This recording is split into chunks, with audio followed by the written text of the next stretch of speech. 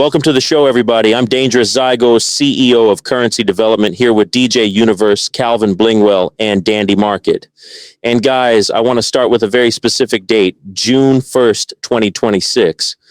On that day, Ludacris and the production trio Organized Noize are getting inducted into the Black Music and Entertainment Walk of Fame in Atlanta. But let's be real, the plaque is just a receipt for work that was completed decades ago. Man, you are not lying. As a manager and producer who built things from scratch, I look at Organized Noize, Rico Wade, Ray Murray, and Sleepy Brown, and I don't see stars. I see architects. They set up in a dirt floor basement in East Point, Georgia, called The Dungeon. That basement is where Outkast's Southern playlistic, idyllic music and TLC's Waterfalls were actually born, way before anyone cared about red carpets. Exactly.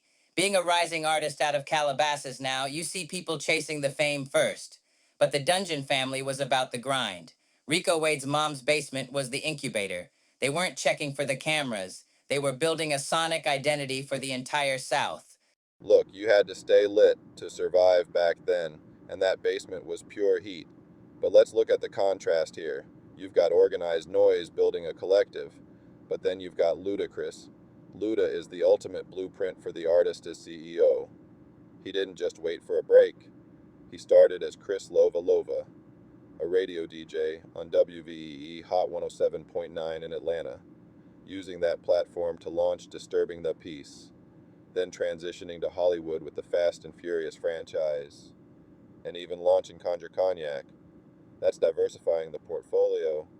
That's the ultimate hedge. He leveraged the mic to buy the boardroom. But this brings up a massive tension. Is a Walk of Fame induction actually proof of success? Or is it just the mainstream culture finally catching up to the business structures these guys built 25 years ago? It's 100% the culture catching up to the balance sheet. Luda didn't need the walk to prove he's a mogul.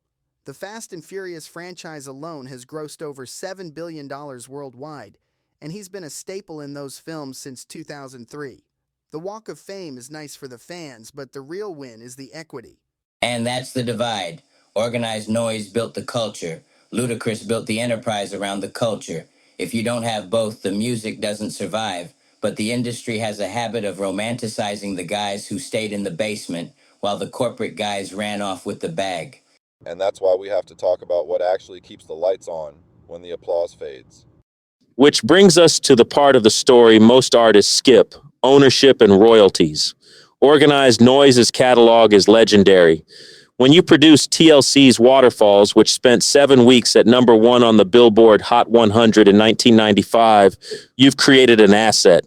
But the reality of 1990s deal structures is that a lot of these pioneers left millions on the table because of predatory contracts and bad publishing splits. Man, we have to stop romanticizing the struggle. Oh, they did it for the love of the art.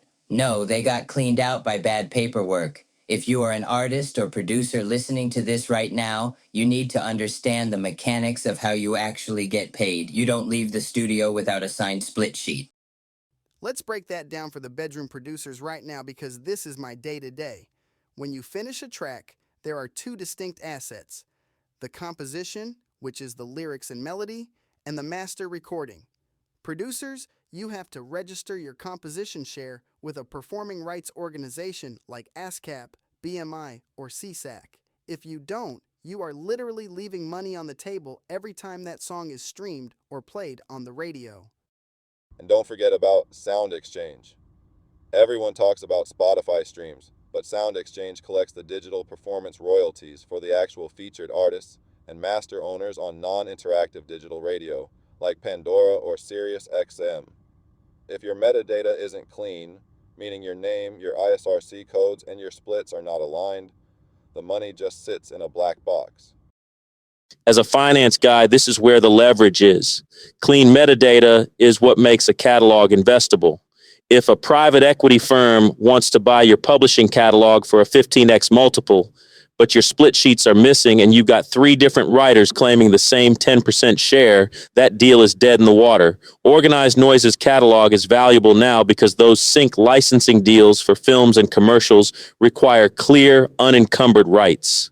That's why Ludacris's model is so crucial. He didn't rely solely on the master royalties. He understood that a music career is a launch pad, not the destination. He built Disturbing the Peace, got into spirits, got into acting. You need at least one non-music vertical, whether it's merch, real estate, brand partnerships, or software, so you don't have to be 50 years old touring on a bus just to pay your mortgage. And that is the real lesson of the 2026 Walk of Fame. The honors are great for the mantelpiece, but the real legacy is whether you own the building the mantelpiece is sitting in. Keep your business tight, keep your metadata clean, and stay lit. That's our time for today. See you next time, everyone.